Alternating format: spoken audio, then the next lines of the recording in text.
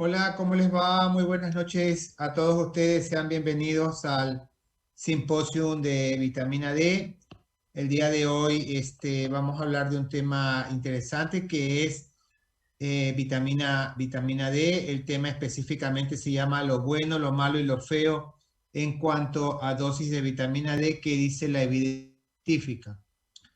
Para ello hemos invitado al doctor Ramiro da Silva. Él es especialista en medicina interna, experto en densitometría por la ISCD, es expresidente y miembro fundador del Consejo Panameño de Osteoporosis y es expresidente de la Sociedad Iberoamericana de Osteoporosis, es coautor del Consenso Panameño de Vitamina D y es distinguido por la CIBOL como gran maestro en enfermedades metabólicas. Así que, Ramiro, muchísimas gracias por haber aceptado la invitación y al final tendremos una ronda de preguntas para todo el público, así que los invito a que las escriban en el chat. Bienvenido, Ramiro. Bueno, buenas noches. En primer lugar, muchas gracias. En primer lugar, gracias a la organización y gracias a ti, Carlos, por la invitación, por un tema de mucha actualidad, un tema el cual ha traído controversia entre grupos de expertos y que podamos y esperamos en esta noche poder en un momento dado, poder, por decirlo así, aclarar muchas de las dudas. Eh, Creo que voy a tratar de compartir pantalla.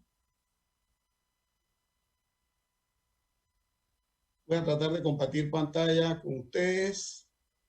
Creo que ahí estamos compartiendo la pantalla. ¿Correcto?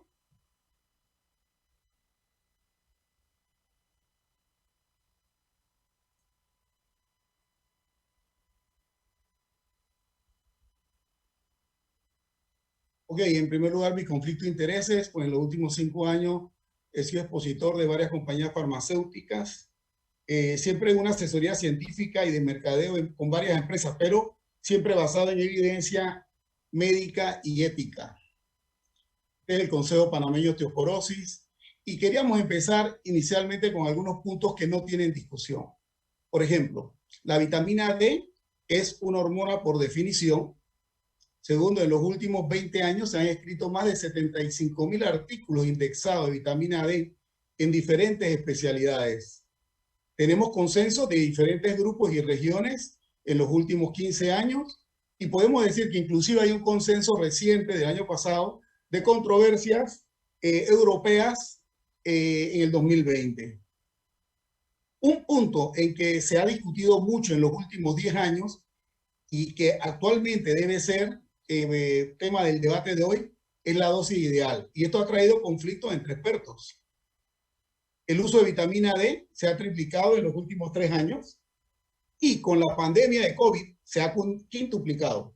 Las pruebas para medir niveles también se han triplicado y por otro lado las compañías farmacéuticas ven con buenos ojos invertir en algo innovador y que se hace imprescindible. Pero ojo, esto debe ser apegado a la evidencia y a la ética médica.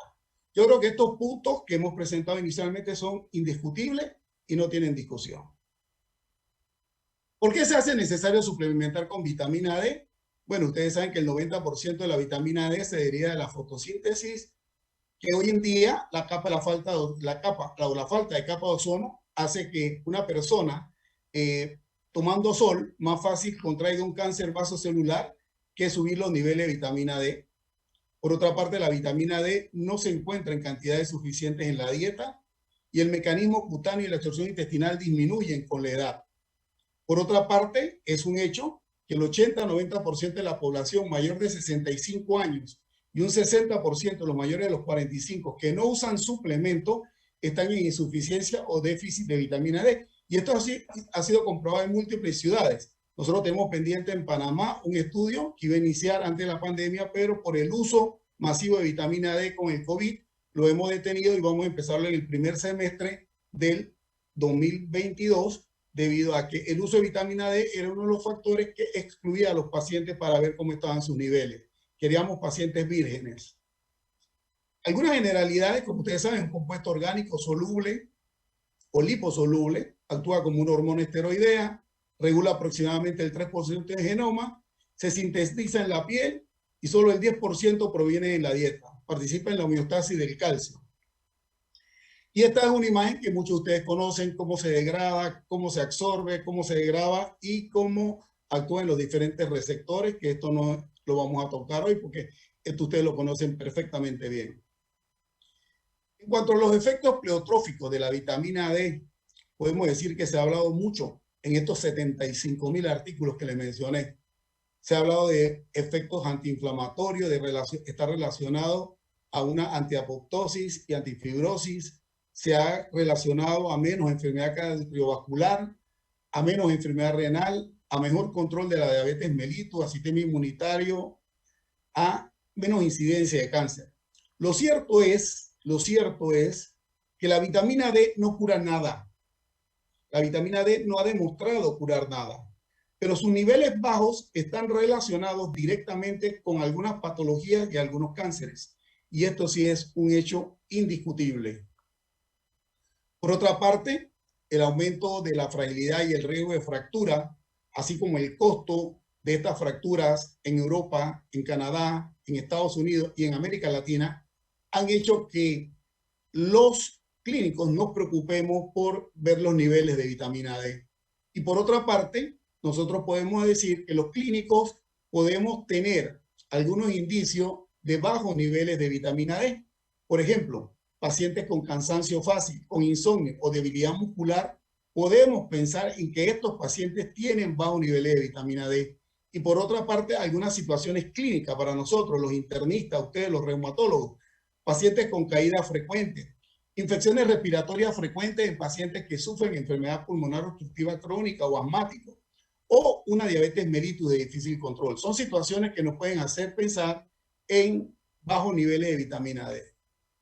Por otra parte, este es un resumen de los consensos que ha habido en los últimos, por decirlo, 5 años. En esto coinciden el 99% de los consensos.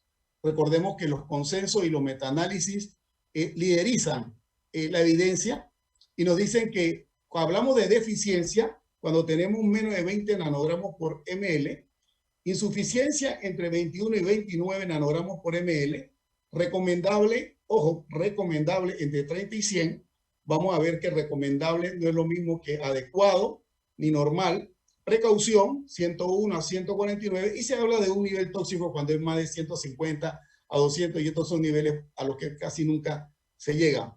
Pero es muy importante que ustedes reconozcan esto de recomendable porque esto va a ir variando. Los niveles de vitamina D, esto no se ha consensuado. ¿Cuáles son los niveles adecuados de vitamina D? Porque una cosa son los niveles normales y otra cosa son los niveles adecuados.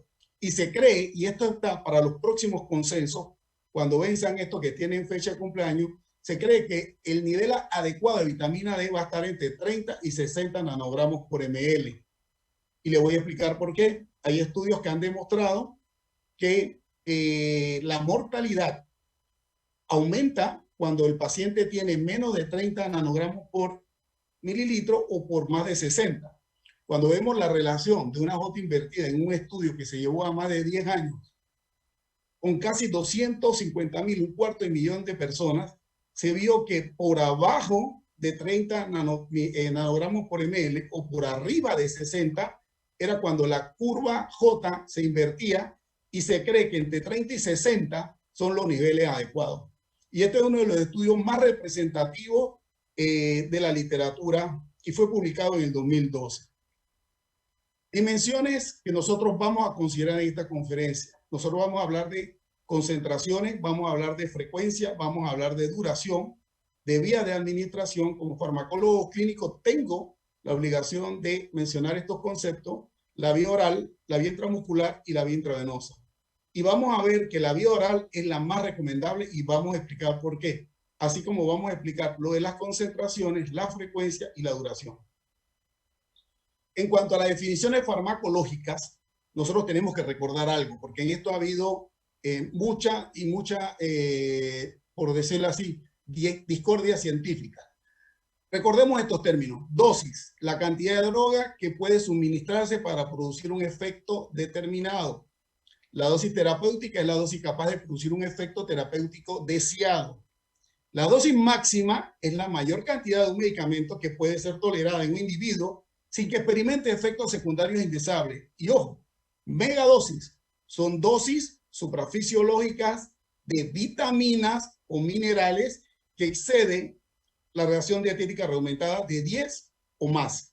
Y estos son criterios consensuados por la Sociedad Europea de Farmacología y por el Colegio Americano de Farmacología. Y ojo, miren lo que dice megadosis. Megadosis o dosis suprafisiológicas solamente se usa en vitaminas o minerales.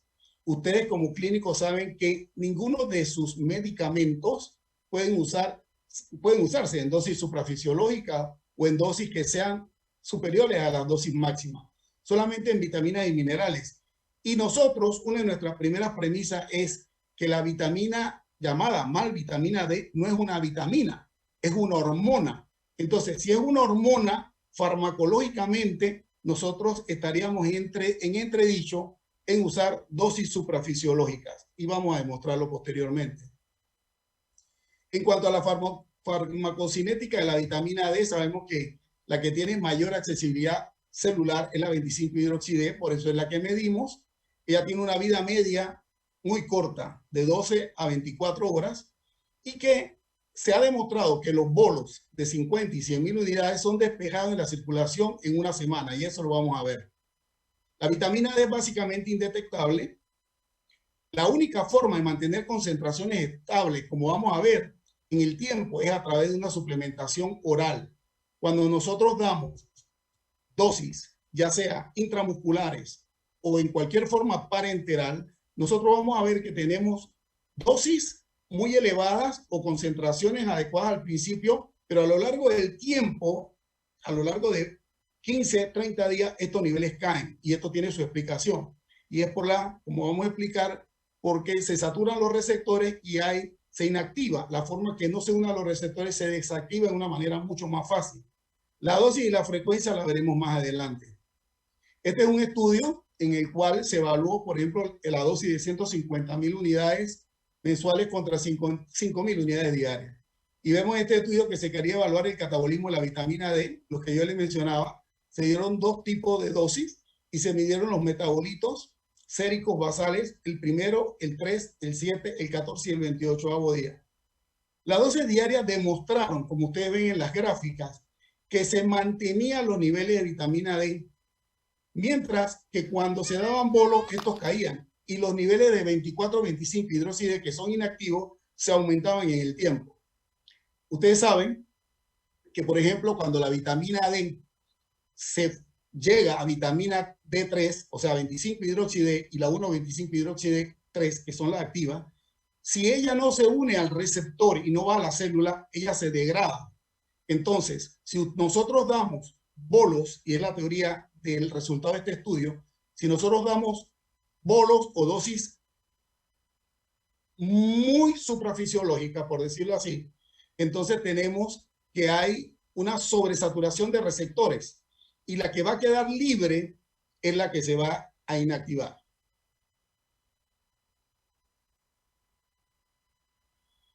Hablamos entonces de lo que se llama la definición.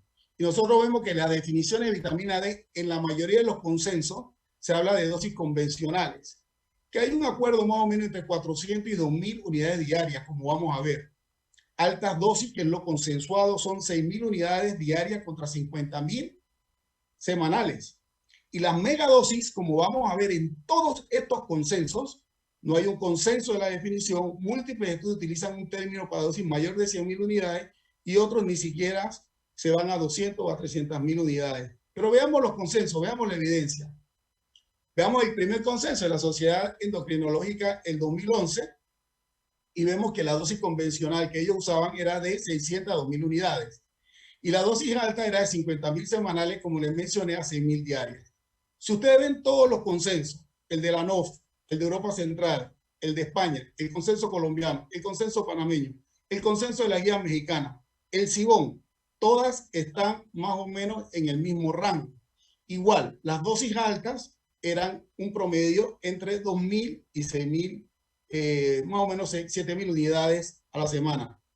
El Consenso Panameño de Osteoporosis fue el único que tipificó de 800 a 1000 unidades para insuficientes, de 1000 a 2000 para deficientes y de 2000 a 6000 para tratar, pudiéndose tratar con 7000 unidades también semanales o 14000 con 7000 unidades diarias en dosis alta o 14000 o 42000 unidades semanales. Pero miren, esto es muy importante. Ninguno de estos consensos en cuanto a megadosis o dosis únicas tuvo oposición. Vemos que inclusive Europa Central no lo recomendó, España no lo recomendó y las guías clínicas de México tampoco la recomendaron. El CIBON, recientemente publicado en enero de este año, no tuvo oposición y prefirió no opinar. Igual el consenso colombiano, el consenso panameño, y lo mismo hizo la Sociedad de Endocrinología, donde participó el doctor Holly en el año 2011 y el NOF en el 2014, totalmente sin posición. ¿Quiénes pueden requerir dosis mayores? Porque esto no quiere decir que nunca se deben usar. Pues en pacientes obesos, como vamos a ver, pueden tener alguna indicación esta dosis alta, síndrome de mala absorción o cuando se usen algún medicamento que altere el metabolismo de la vitamina D. Por ejemplo, o el fósforo, por ejemplo, colestiramina, óxido férrico, antifúngico, aluminio, ciclofosfamida, rifampicina. Pero ojo, estos casos son casos especiales, no es lo usual ni lo común, como quieren hacer ver. Estos son casos muy puntuales en los cuales nosotros tenemos o podemos quizás usar unas dosis más elevadas y ni siquiera llegar a esas dosis que algunos presentan. En cuanto a los casos de toxicidad, nosotros podemos decir también que puede ser por errores de fortificación, por altas dosis de los preparados que se venden over the counter o sin licencia, prescripción inadecuada, que son muy raros. Pero aquí lo que yo quiero hacer énfasis es la gran diferencia de tener un registro alimentario contra un registro sanitario. En cuanto al registro alimentario, el que tiene registro alimentario, todo producto que tiene registro alimentario no tiene la obligación de tener la concentración de lo que dice su inserto o lo que dice la botella que trae o lo que dice la caja que trae. Mientras que cuando un producto tiene registro sanitario, tiene la obligación de tener esa cantidad que dice en el inserto o en la cajeta. Es muy importante o es obligatorio tenerlo. Y esto es muy importante cuando hablamos de hormonas o cuando hablamos de vitamina D, ver si tiene un registro alimentario o un registro sanitario. Por otra parte, en cuanto a toxicidad por vitamina D, ¿qué pasa si te excedes? Pues es poco frecuente, pero si te aumentan los niveles puedes tener náusea o vómito. Si hay afección muscular puedes tener cansancio fácil, caída en el adulto mayor. También cuando hay saturación de los receptores en el cerebelo puede haber inestabilidad motora, que se ve en algunos estudios, se ve inestabilidad motora, debilidad, y esto lleva a caída. También a nivel renal puede haber cálculos renales, puede haber micción frecuente y algo muy importante que le voy a decir dos palabras porque yo doy una conferencia sobre riesgo cardiovascular y osteoporosis, cuál es la relación entre riesgo cardiovascular y osteoporosis, y aquí tuvimos que analizar la función inadecuada de la proteína GLE matrix. Lo que sí les digo es, si tenemos este escenario, ¿por qué exponer a tu paciente? ¿Por qué exponerte tú como médico? Y le voy a hablar dos palabras sobre el riesgo cardiovascular. Esta diapositiva la agregué hace un rato porque vi que había mucho interés en riesgo cardiovascular. La calcificación vascular, un proceso pasivo y degenerativo, eso fue pasado, un proceso activo y regulado. Sabemos hoy en día que hay moléculas procalcificantes y anticalcificantes y sabemos que en esta placa interviene el calcio y el fósforo. Esa es la gran diferencia de tomar calcio y que no está asociado al riesgo cardiovascular, y la gran diferencia a que los pacientes con osteoporosis tienen un mayor riesgo cardiovascular, porque aquí se libera calcio, pero se libera fósforo, y eso es todo un tema de una conferencia. Pero lo que le quería mencionar, que entre las moléculas anticalcificantes tenemos la matrix GLA proteína, que es dependiente de vitamina D. Esta matrix GLA proteína, que es una molécula anticalcificante, tiene una alta afinidad por el calcio, tiene un papel en la organización de lo que es la placa y es regulada totalmente por vitamina D.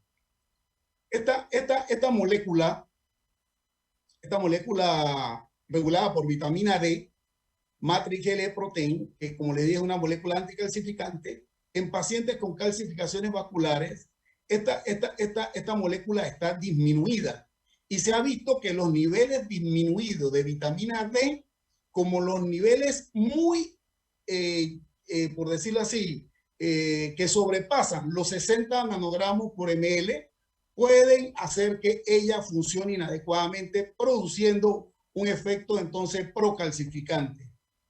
Y se ha visto que pacientes que tienen un gen recesivo para esta proteína también tienen calcificaciones aceleradas. Y esto se lo menciono porque esto puede ser una de las hipótesis que nos conlleva a ver por qué las dosis que se consideraban influyentes en aumentar el riesgo cardiovascular en el estudio que les mencioné anteriormente, cuando los niveles de vitamina D estaban por debajo de 30 o por arriba de 60. Y esto es algo que es un motivo de estudio hoy en día y que vamos a oír mucho de esto en los próximos años.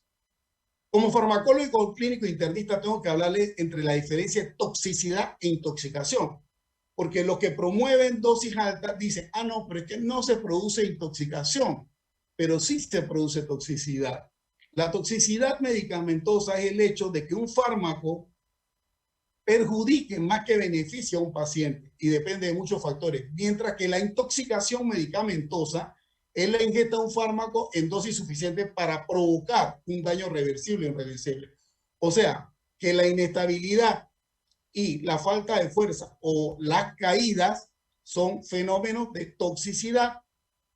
El mal control de la diabetes mellitus en un paciente que no tenga niveles adecuados o tenga niveles excesivos, por decirlo así, de vitamina D, también puede ser criterio de toxicidad. Mientras que la intoxicación es mucho más difícil de ver.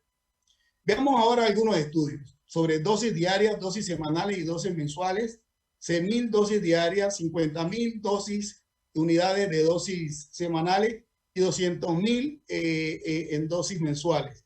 Y se usaron dos grupos, no obesos y obesos.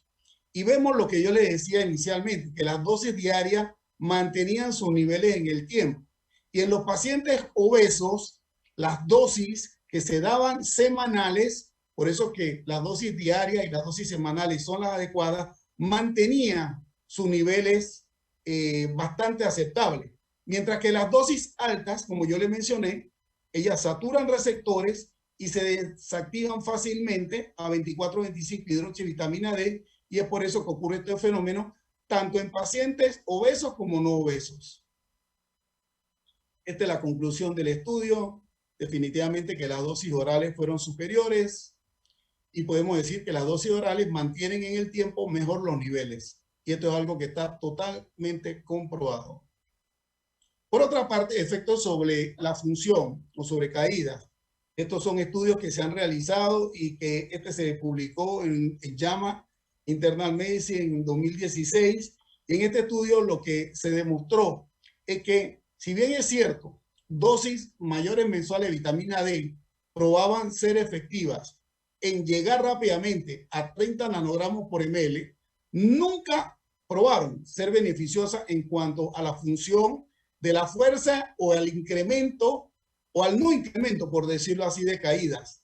Y por otra parte, cuando hablamos de dosis alta y densidad mineral ósea, en este estudio usaron por decirlo así, tres dosis, 400, 4.000 y 10.000.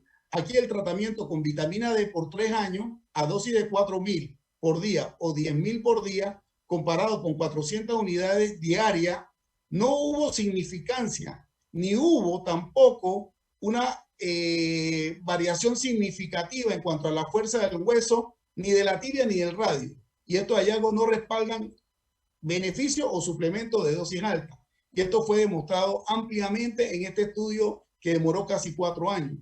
Este es un estudio también que salió en JAMA en el 2010, que fue uno de los estudios que hizo que el estudio Vital, como se lo voy a mencionar ahora, fuera rechazado y se terminara con ese estudio. Y en este estudio, las dosis altas anuales y caídas contra fracturas, la administración de dosis alta de colecalciferol resultó en un aumento más bien de caída y fractura en mujeres de edad avanzada que vivían en la comunidad. Y esto podía deberse a que estas dosis altas saturaban los receptores cerebelosos y producían inestabilidad motora, así como también saturaban receptores musculoesqueléticos y producían algo de debilidad, llevando a los pacientes a caídas. Cuando nosotros comparamos, porque ahora yo también le voy a hablar de algunos estudios de dosis altas, cuando vemos la comparación de dosis, nosotros vemos que en cuanto a densidad mineral ósea, las dosis convencionales tienen menos pérdida de densidad mineral ósea con respecto a las mono o megadosis. Y eso está ampliamente demostrado. Las fracturas tienen menor tasa de fracturas contra mayor tasa de fracturas, menor tasa de caídas, menor aumento de marcadores con las dosis convencionales con respecto a megadosis. Y los niveles séricos se obtienen, niveles séricos se obtienen valores óptimos con el uso regular. Sin embargo, con mono o megadosis se pueden obtener mayores valores séricos inicialmente, pero posteriormente esto decae. Y eso lo han demostrado 3 o 4 estudios que son insignes en la literatura médica. Entonces, vuelvo y repito, ¿por qué y bajo qué criterio cambiar? ¿Cuáles son los motivos para poner a nuestros pacientes en riesgo? Algunos que defienden las dosis altas o la supra o las megadosis dicen, no, la adherencia. Me ha tocado debatir con ellos la adherencia y vuelvo y le repito, como farmacólogo clínico le digo que son 3 factores de los cuales depende la adherencia. El paciente 15%, del médico un 30% y el medicamento 55%. Cuando nosotros hablamos de adherencia, nosotros generalmente con algunos medicamentos sí se ha visto que al darlos mensualmente o al darlos semanalmente, a darlos trimestralmente, cada 6 meses o cada año, mejora la adherencia porque son productos que generalmente tienen una posología que es difícil de manejar, el horario de la toma se dificulta, la presentación del producto produce incomodidad al administrarlo. Por ejemplo, los bifosfonatos. Ese es un claro ejemplo. Pero la vitamina D tiene una posología sencilla, un horario de toma sencillo a cualquier hora, una presentación del producto totalmente inocua y no tiene ninguna incomodidad al administrarlo. Y no tiene sintomatología por ingesta. Entonces, esto de la adherencia en altas dosis, yo creo que esto es totalmente debatible. No es el caso de vitamina D, a diferencia de otros medicamentos. Ahora vamos a ver. Yo he escuchado a colegas hablar sobre megadosis y mencionan 3 estudios insignes. Y yo me daba la tarea de buscar esos 3 estudios. Uno es el estudio de Guinde. Este estudio lo menciona, pero este estudio fue hecho con dosis normales y este estudio lo que reveló fue que los niveles séricos de 25-hidroxide están inversamente asociados a infecciones recientes de la vía respiratoria superiores, que eso lo sabemos. Pero en ningún momento este estudio, lo pueden buscar y analizar, menciona que altas dosis esté relacionada con menos infecciones respiratorias. Por otra parte, otro estudio que se menciona mucho es el estudio de Trivedi. Este estudio de Trivedi tiene una suplementación cada 4 meses con megadosis. Están hablando de 100.000 unidades cada 4 meses. Y puede prevenir fracturas sin efectos adversos en hombres y mujeres de la comunidad. Pero este efecto yo les recomiendo, y ustedes saben, que cuando uno lee un artículo, uno no lee títulos y conclusiones. Uno cuando lee un artículo, uno no ve metodología, cómo fue diseñado y si tiene falencias, antes de leer las conclusiones. Entonces, la falencia fue que primero fue contra placebo y segundo que nunca se determinaron los niveles al final del estudio. Los críticos de este estudio dicen que 100.000 unidades cada 4 meses representan 25.000 unidades mensuales o 800 diarias. Entonces no había tal supradosis a darla cada 4 meses. Por otra parte, los estudios de intervención con suplementos, los más grandes que se han dado en la historia de la medicina en los últimos 10 años, son el estudio Vidal, el estudio Vital y el estudio Vida. El estudio Vidal se inició, fue un ensayo clínico para determinar la factibilidad de realizar un mega ensayo con 20.000 pacientes que superaban los 65 años, con el fin de ver a doble ciego si había por decirlo así, beneficio en dar dosis de 100.000 unidades mensuales o quincenales.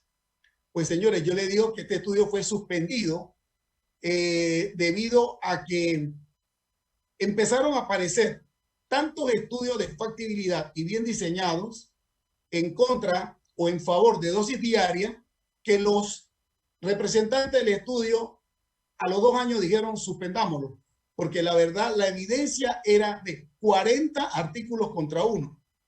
Por otra parte, el estudio Vital, que es un estudio con 25.800 participantes hecho en los Estados Unidos, lo que usó fue dosis de 2.000 unidades y estas dosis de 2.000 unidades diarias no eran dosis consideradas o no son consideradas supradosis. Sin embargo, en este estudio no se demostró que esta dosis era superior, por ejemplo, a usar 800 o 1.000 unidades diarias en pacientes que se suplementaban. El estudio VIDA con 5.000 participantes hecho en Nueva Zelanda tampoco resultó, usaron 100.000 unidades por mes y este ensayo clínico era para determinar la reducción de riesgo de enfermedad cardiovascular y esto no pudo ser demostrado. Algunos estudios a favor de monodosis. Estos son todos los estudios que aparecen supuestamente y que mencionan a algunas personas. Pero cuando nosotros nos vamos a ver cuáles fueron las conclusiones, nos encontramos con que dicen que, por ejemplo, que la incidencia de cálculo y que la hiperuricemia no se dio, que los niveles de PTH no aumentaron, pero nunca ninguno de ellos concluye de que hubieron menos fracturas, nunca ninguno de ellos concluye de que hubo mayor aumento de la densidad mineral ósea o que hubo menor riesgo cardiovascular. Ninguno de estos estudios, que son los estudios más grandes a favor de monodosis. En cuanto al COVID, no puedo terminar sin hablar de vitamina D y COVID-19. Recordar que yo les mencioné inicialmente que hay un efecto protrópico de la vitamina D.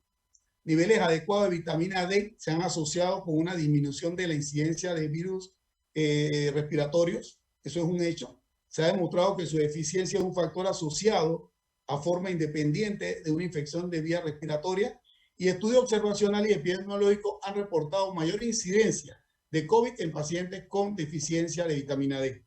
Yo les digo que antes de COVID había estudios en el 2018, en el 2016, uno reportado en Harvard, otro reportado en Oxford, donde se hacían estudios y se medían los niveles de vitamina D en pacientes que entraban a unidad de cuidado intensivo.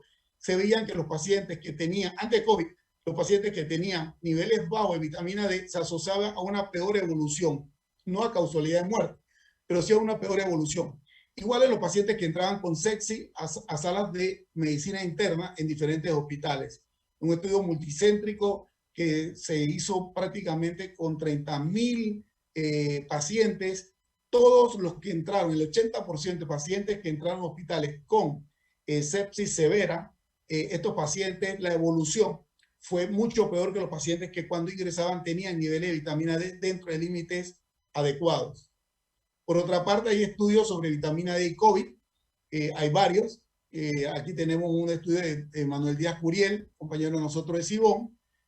Todos ellos, los que han concluido es que tener niveles bajos de vitamina D al inicio de la enfermedad conlleva posiblemente a una peor evolución. Conlleva más frecuentemente a contraer COVID. Puede ser porque su inmunidad esté un poco más deteriorada. Y por otra parte, los pacientes que entran a unidades de cuidados intensivos, su evolución es mucho más tórpida. Esto fue demostrado en España, en Italia, en Estados Unidos, y podemos decir que el estudio de Jude, que es un estudio hecho en el Reino Unido, que tenía 80.670 pacientes, demostró que la deficiencia de vitamina D se asoció a un riesgo de 2.3 a 3.6 de mayor infección por SARS-CoV-2 severa, con necesidad de hospitalización. Sin embargo, como ya les dije, no está asociado a mortalidad. Por otra parte, la vitamina D, como ustedes conocen como reumatólogos, disminuye el riesgo de infecciones, pero las células del sistema inmune tienen receptores de vitamina D. Su potencia de inmunidad es innata, sin desinfectico antimicrobiano. Y se cree que las catelidinas contribuyen a la supresión de la tormenta de citoquinas. Esa es una de las teorías. Numerosos estudios han demostrado la asociación entre niveles de vitamina D e infecciones virales. No solamente en SARS-CoV-2, en influenza, en dengue, en hepatitis, en virus incital respiratorio, en infección de vía urinaria, neumonía, otitis media, sepsis y otras infecciones. La relación con inicio y curso del COVID.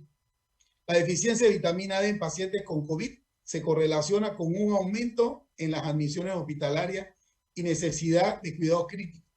Nosotros en Panamá se empezó a hacer un estudio que no se terminó por falta de recursos, donde a los pacientes que se ingresaban al hospital con COVID se les medía niveles de vitamina D, y los pacientes a los que se les llegó a medir prácticamente fue muy similar a lo que encontraron en otros lugares.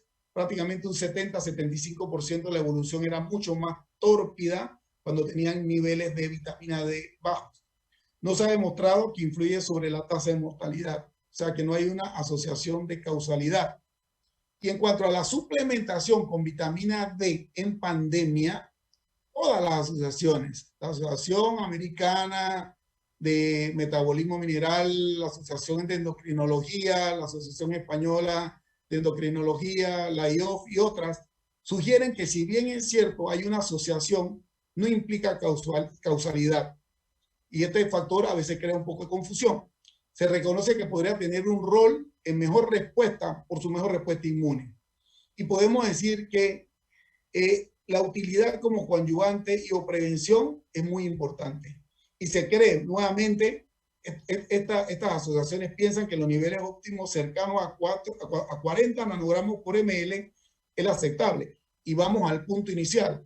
¿Cuáles serían los niveles adecuados? Porque todos los consensos hablan de niveles, hablan de deficiencia, insuficiencia, niveles normales, en niveles altos o peligrosos y niveles tóxicos.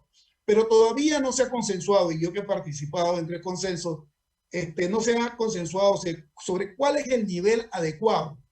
El nivel adecuado es diferente a los niveles normales. El nivel adecuado es donde la hormona D produce sus mayores efectos. Y ya se empieza a trabajar en esto, como yo les mencioné, por ejemplo, lo de la GLM protein, que es una enzima anticalcificante y que es totalmente dependiente de vitamina D, y que por ahí quizás viene el camino en el futuro, y que quizás los niveles cercanos a lo que nosotros debemos considerar como niveles adecuados sería entre 30 nanogramos por ml a 60, como demostró el estudio que yo le presenté de casi 250.000 de participantes, donde el riesgo cardiovascular aumentó notablemente antes de los 30 nanogramos por ml y después de los 60, con una J invertida, como se la enseñé. Para terminar, podemos decir que la vitamina D no es una vitamina, es una hormona. Si ustedes ven la definición de una vitamina, la vitamina la ingerimos, se utiliza de la misma forma que se ingiere. La vitamina D se metaboliza, la vitamina D se une a receptores y la vitamina D funciona en más de 200 células del organismo. Como hormona no debemos pensar en dosis elevadas que no traen ningún beneficio, y los estudios hasta ahora no lo han demostrado. Y pasará mucho tiempo porque hay muchos estudios en favor de monodosis y están los consensos y los metaanálisis, que son superior a cualquier estudio. Puede haber estudios en pro y otros en contra, pero en medicina los consensos y la metaanálisis siguen siendo la prevalencia. Las dosis elevadas tienen su lugar, no lo negamos, en casos excepcionales, como mencionamos, pero no es en el paciente común. Y eso debemos manejarlo con mucha ética. Quizás alguien podría pensar en adherencia. Es un error. Tenemos que pensar en adherencia a otros productos. En vitamina D, ese concepto está equivocado. Las dosis orales mantienen niveles más estables que las parenterales, por los estudios que les he mencionado. Recuerden que cuando ustedes usan dosis parenterales, estas dosis alcanzan niveles altos inicialmente, pero posteriormente estos niveles caen porque se desactiva la hormona Y podemos decir que debemos tener claro que para suplementar o tratar debemos que conocer los valores. O sea, nosotros no debemos darle a un paciente vitamina D hoy en día por darle. Nosotros debemos, si tenemos la posibilidad de medirle los niveles de vitamina D y manejarlos de acuerdo a los criterios de los diferentes consensos para saber qué dosis darle. Cuando midan 25 hidroxi D, porque es la más estable. Nunca midan 1,25 hidroxivitamina D3, que es carísima, es muy inestable y esa solamente se mide en estudios clínicos o en estudios para demostrar algún efecto.